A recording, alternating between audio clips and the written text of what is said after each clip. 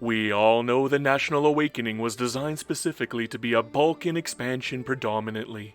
Many new countries and formables were thus given to the region to make it seem a lot more interesting, and somehow they made Austria even more powerful in the process. Today, though, we're going to be talking about countries that are not located in the Balkans, countries that were not touted or highlighted by the expansion, yet were added quietly in the shadows as if to be a secret that Paradox did not want us to know about. Well, I know, and with this video, so will all of you. Anyhow, before the intro drags on too long, I'd like to ask everybody to like and subscribe, and I'd also like to thank all of my premium and Patreon members, including my newest one, Bandito04. You guys are all kings. Now, let's get into the video. Way off on the southern part of Zanj lies the tiny country of Tungi. There was no fanfare for the creation of this little country, as its purpose seems to be predominantly to keep the British from simply overwhelming Eastern Africa in every single game. Tungi, if you can believe it or not, is not one of the hardest countries in the game, despite barely having no army and their only path of immediate expansion is blocked off by either the Portuguese or the Omani. Tungi starts with a staggering 10 technologies, which is better than most African countries in this region. They are only 35 months off from grabbing Admiralty, which will give them access to making a navy, which is more than enough to conquer the other tiny Zanj countries and, potentially, eventually, even Omani Zanzibar if you play your cards correctly. Still, this is a challenging little country that will test the skills of any would-be player, and it is well worth giving a try if you happen to be a veteran looking for something new to play. There appears to be a theme among the newly added African countries that they all get 10 technologies and somewhat poor expansion opportunities. Qwara is literally no different. Gojam, for instance, is completely closed off to them, and there is a very strong chance in every single game that Tigray will be protected by the big bad Egyptians. That pretty much means that Begemder is likely your only path forward, and unfortunately there is always a strong chance that they will begin the game friendly enough with either Tigray or Gojam to enact a 2 versus 1 war against you. That puts Qwara in a bit of a quandary, and should make anybody wary of picking this country without some preparation first. A good path forward is to find a tactful commander and play purely defensively in the early war until your enemy breaks themselves upon your shield wall.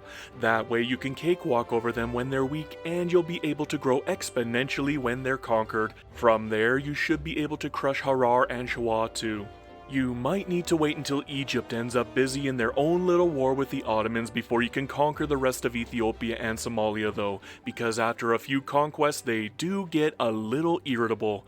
If you're wondering why I'm not bringing up the Outlaw Prince because Qwara is Amharan, it's because they nerfed the Outlaw Prince into the dirt. Tewodoros is helpful to have, but he isn't absolutely needed anymore.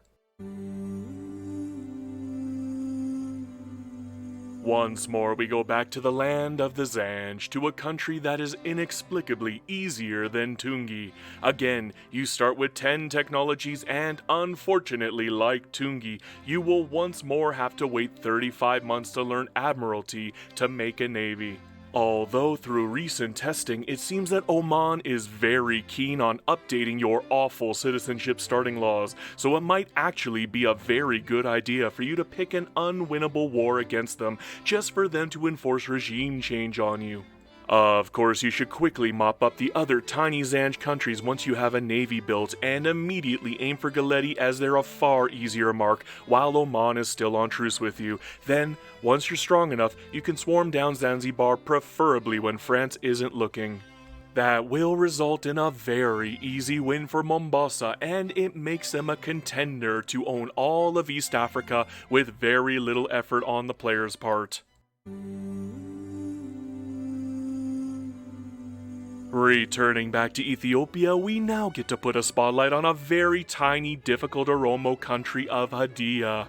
With so many ultra-weak minor tribes in the region of Amhara, Hadiya does have plenty of potential expansion routes, predominantly through Sidamo and Woliata, who do not have many friends who are willing to step up and help them.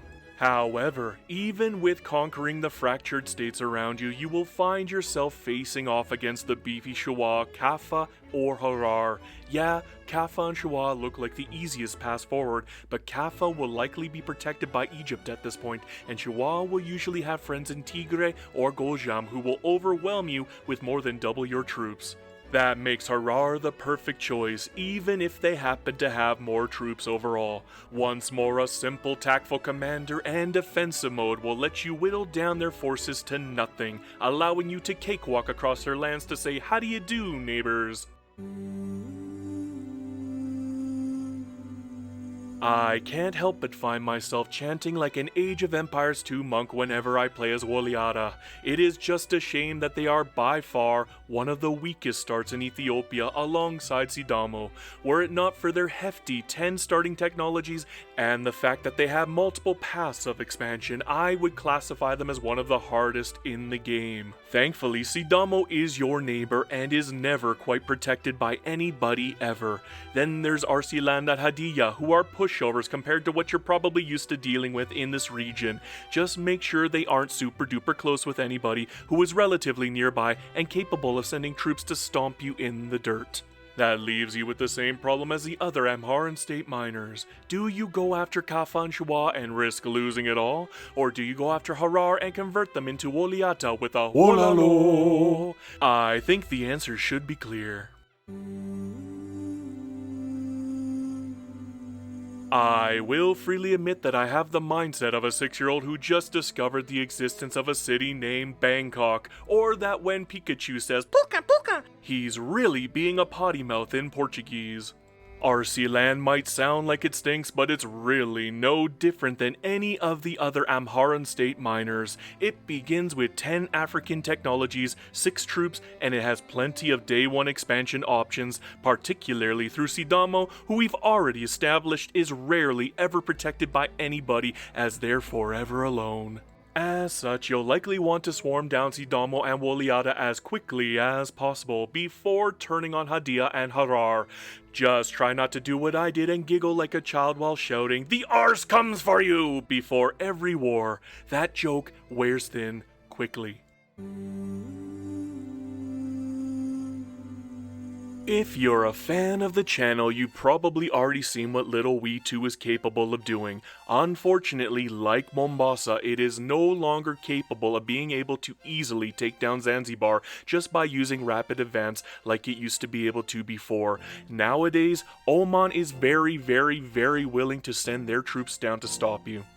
Witu does have a minor advantage over Mombasa though. They don't just have to go after Oman in the early game, they have Galeti, a country that is rarely protected to devour. Even if Egypt does protect them, you can fake a war against Gojam to draw Egypt in, then capitulate for nothing more than transit rights to get a truce with Egypt, which will then give them a -50 against joining any wars for Somalia and Ethiopia, giving you free reign to take as much as your Witu old heart desires.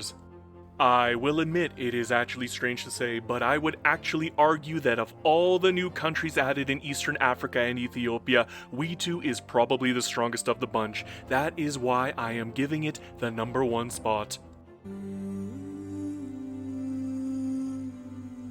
Technically, this is not a new country, but I am willing to bet that there are a lot of people out there who are surprised by the sudden existence of Tran. I'm not entirely certain why Paradox felt the need to rename this little country, but it's clear that Cambodia's former existence did not bode well with the developer staff. I'd like to thank everybody for watching this far into the video. You're probably wondering why there aren't any playthrough videos recently. Well, the truth is, it's because Europa Universalis 5 is coming out November 4th, and I am getting ready for the release. That means there has been no time for Victoria 3. Although, if you do want more Victoria 3 content, take some time to watch my video on which policing laws are worth picking by clicking the pop-up here.